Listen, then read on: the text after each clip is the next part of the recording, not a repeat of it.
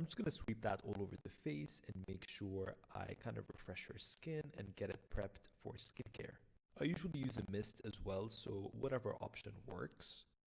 And next I'm going to be using the fresh black tea kombucha essence, and I'm going to be just tapping that all over the skin. And this is again going to give us that extra boost and let whatever product I put next hydrate and penetrate deeply into the skin. And for my serum, I'm going to be going in with the Glow Recipe Plum Plump Hyaluronic Acid Serum. And I'm going to be applying that all over the skin and massaging it in.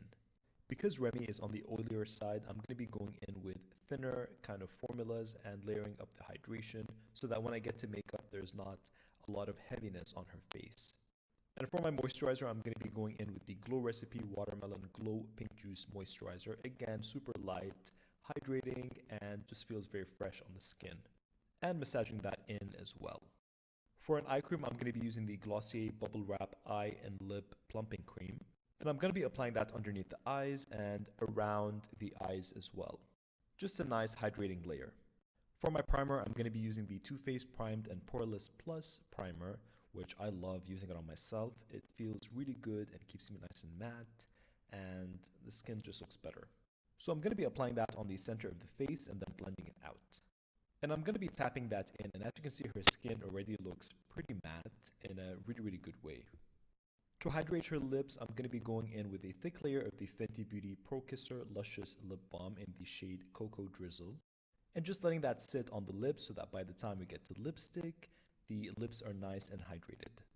For my foundation, I'm going to be using the Makeup Forever Reboot Foundation in R550. I love this. It's basically skincare and foundation into one. It's not as light as a tinted moisturizer, but it's definitely not as heavy as a foundation.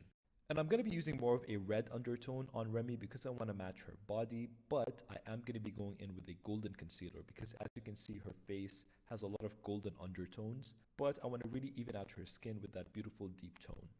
And as you guys know, I always like to start from the sides of the face and blending it inwards and outwards and just, making sure we're going in with very thin layers and letting that foundation do its beautiful job without kind of packing it on. Because if we do need any coverage, we're going to be using concealer for that. So let concealer do all the heavy duty stuff. And when I get to the forehead, I'm going to be blending it out from the center outwards. And just going over everything in a very, very light layer.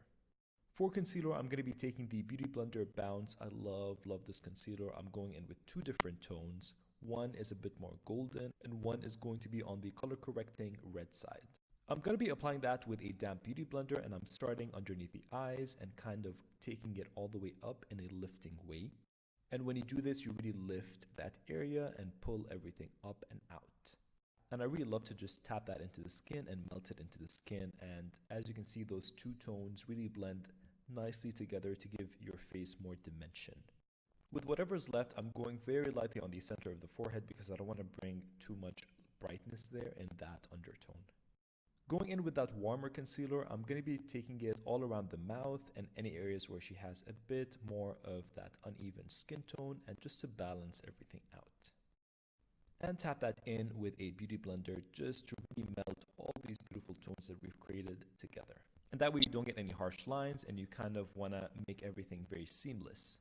And if you feel like you need a bit more brightness, you can go in just underneath the eyes, which is what I'm doing now, just to keep that nice, beautiful highlighted area just before I set everything. And tap and blend away.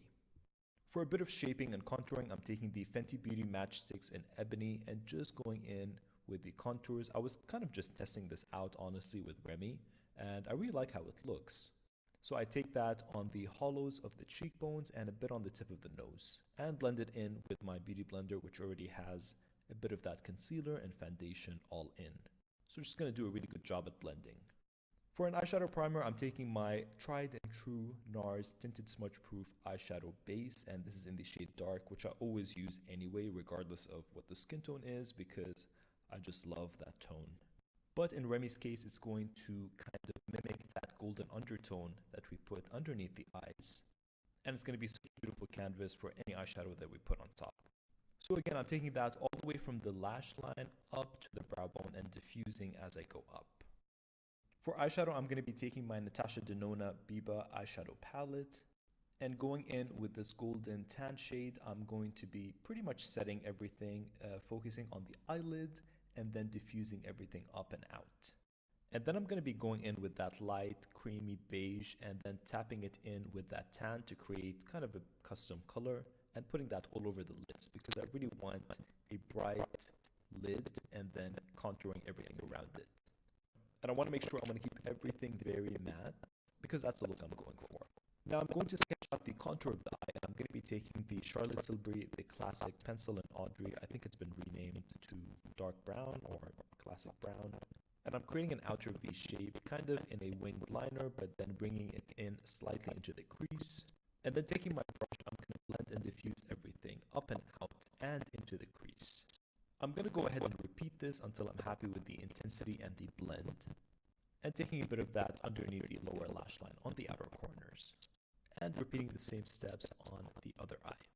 And I love doing this because it really maps out the eye and the shape that I want to go for so that when I get to eyeshadow, I can really build on top of this and take it to whichever length that I want to go with. But I'm fairly sticking to this shape. Next, I'm going to be taking a medium brown and diffusing all of those edges over the pencil work that I've done, just so we can add a bit more warmth to everything. And blending it into the crease as well.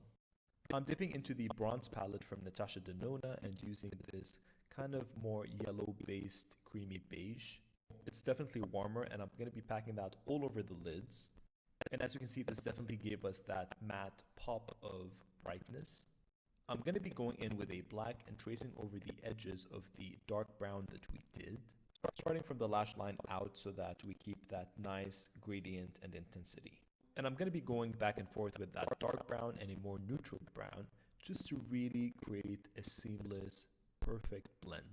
And to do this, you really want to go in with multiple different dimensions of browns because that's just going to look so beautiful. For eyebrows, I'm taking one of my all-time favorites. This is the Urban Decay Brow Blade in Dark Drapes.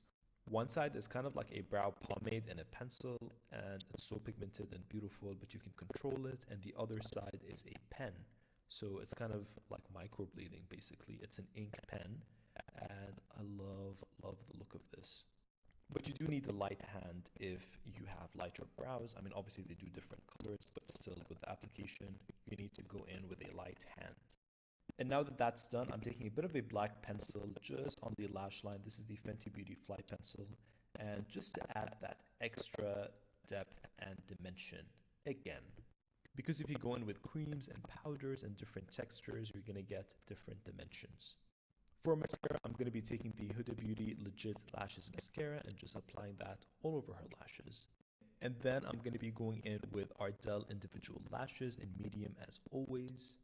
Just really focusing that on the outer corners of the lashes so we create that beautiful lift that's following the eyeshadow shape.